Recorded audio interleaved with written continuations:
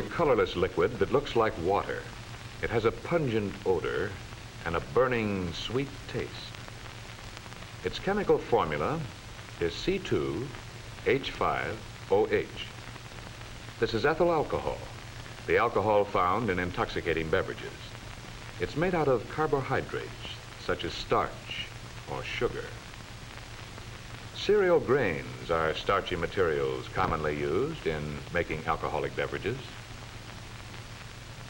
Out of wheat, beer is usually made. Beer contains about 4.5% ethyl alcohol, as shown by the striped area across the bottom of the bottle. And other products that contain sugar will be used to make alcoholic beverages.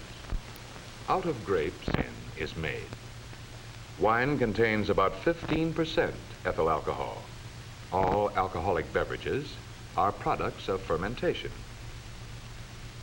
As these samples of wheat and grapes are fermenting, alcohol is being produced. The raw material usually needs to be prepared for fermenting or cracking or crushing. Whatever is being used, fermentation has to take place.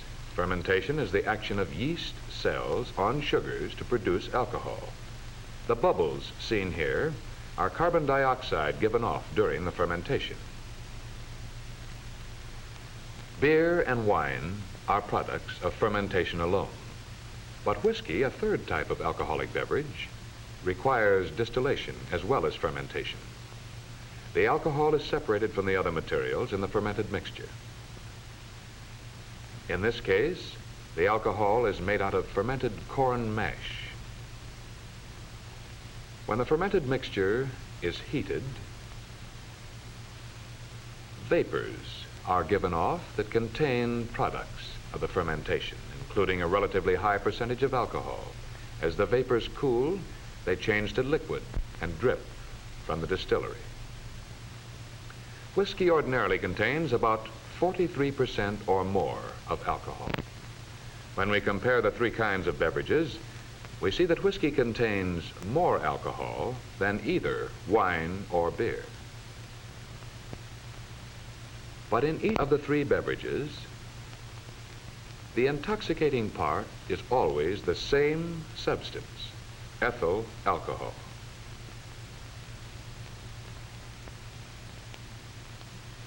By using animated drawings, we will see what happens to alcohol in the body. In the alcoholic beverage shown here, the black dots represent the ethyl alcohol content. The alcohol travels down the esophagus and into the stomach and the small intestine. Capillaries in the stomach lead into a branch of the portal blood vein that connects with the liver, shown at the left. These capillaries absorb alcohol directly from the stomach, and the portal vein carries to the liver. Other capillaries absorb alcohol from the small intestine, shown at the bottom. The portal vein carries so. In the liver, some of the alcohol undergoes an immediate change. Enzymes found only in the liver react with the alcohol and change it to acetic acid, presented here as white dots.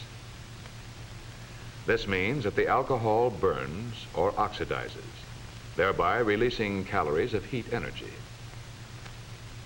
The acetic acid molecules and the molecules of ethyl alcohol, not acted upon immediately by the liver, pass on through the veins to the heart, shown here in the center.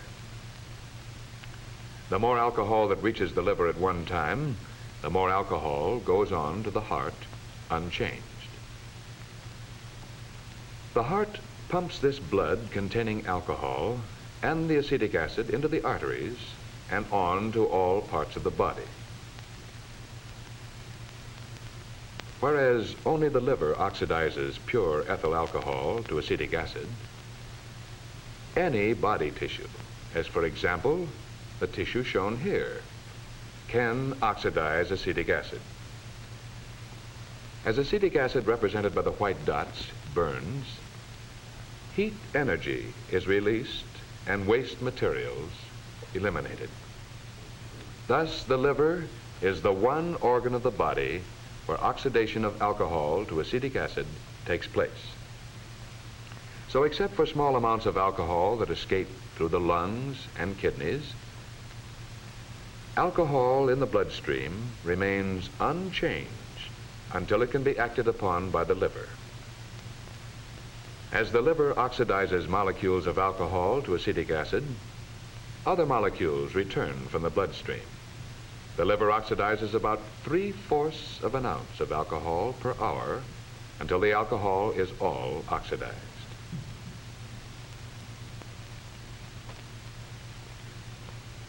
As long as there is any alcohol in the bloodstream, some of it reaches the brain. Here it acts as an anesthetic. The effects of alcohol on the human brain vary somewhat from person to person, but its main effects follow a general pattern.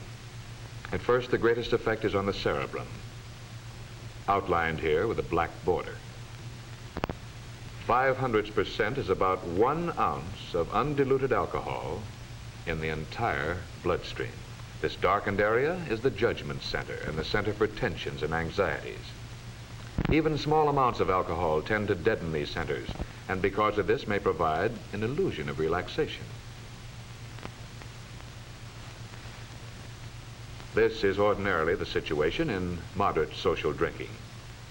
As the concentration of alcohol in the blood rises above 0.05%, the judgment center becomes more and more depressed. Gradually, too, the muscular control center becomes less responsive to incoming signals from nerves in all parts of the body. The person usually feels confident that everything is all right. But a condition like this develops.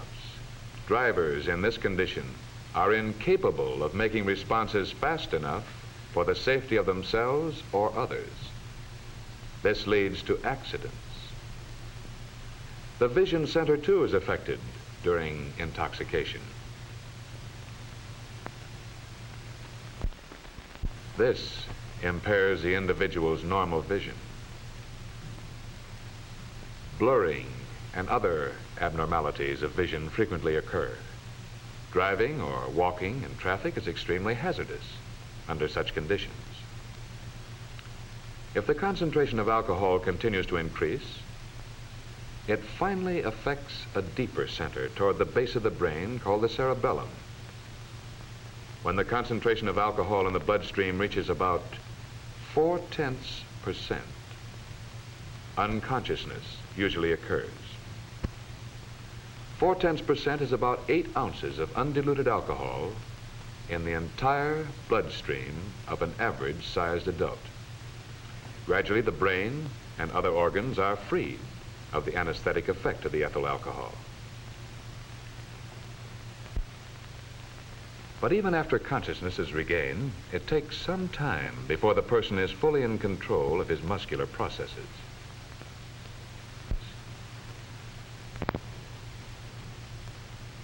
After deep intoxication, the sobering up period for an average-sized adult may take 12 hours or more. Even beyond this amount of time loss, there frequently is a further period of partial incapacity.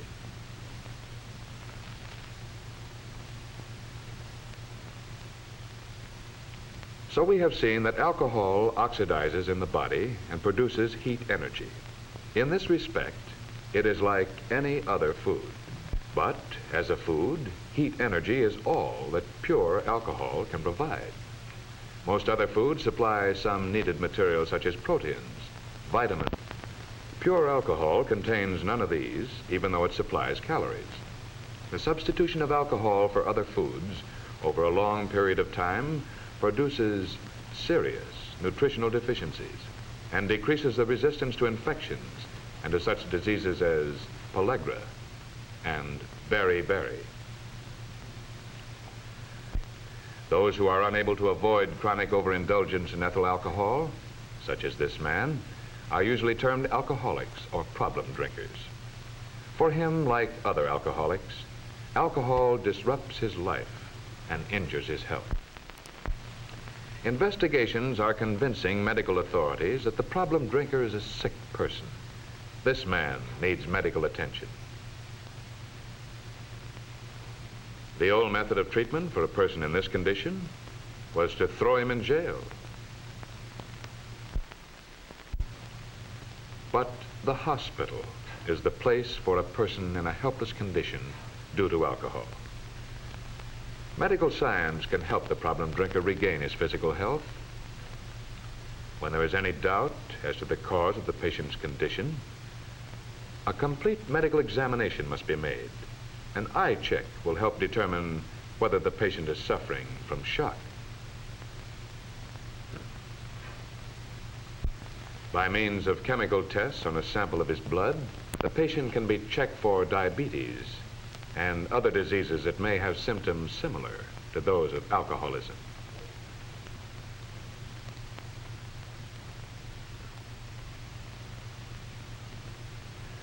Blood pressure and heart tests will reveal the condition of the circulatory system.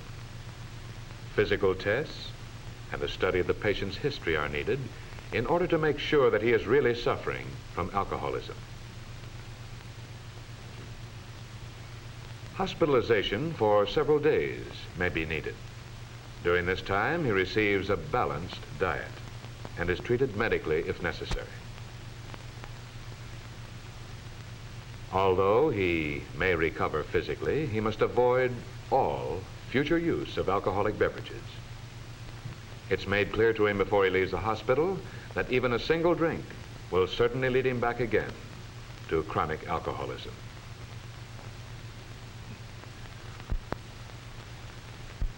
It's essential that every drinker understand how alcohol affects his body and face the possibility of one day becoming an alcoholic. And he should realize that alcohol is a potential menace to community safety as well as to his personal health.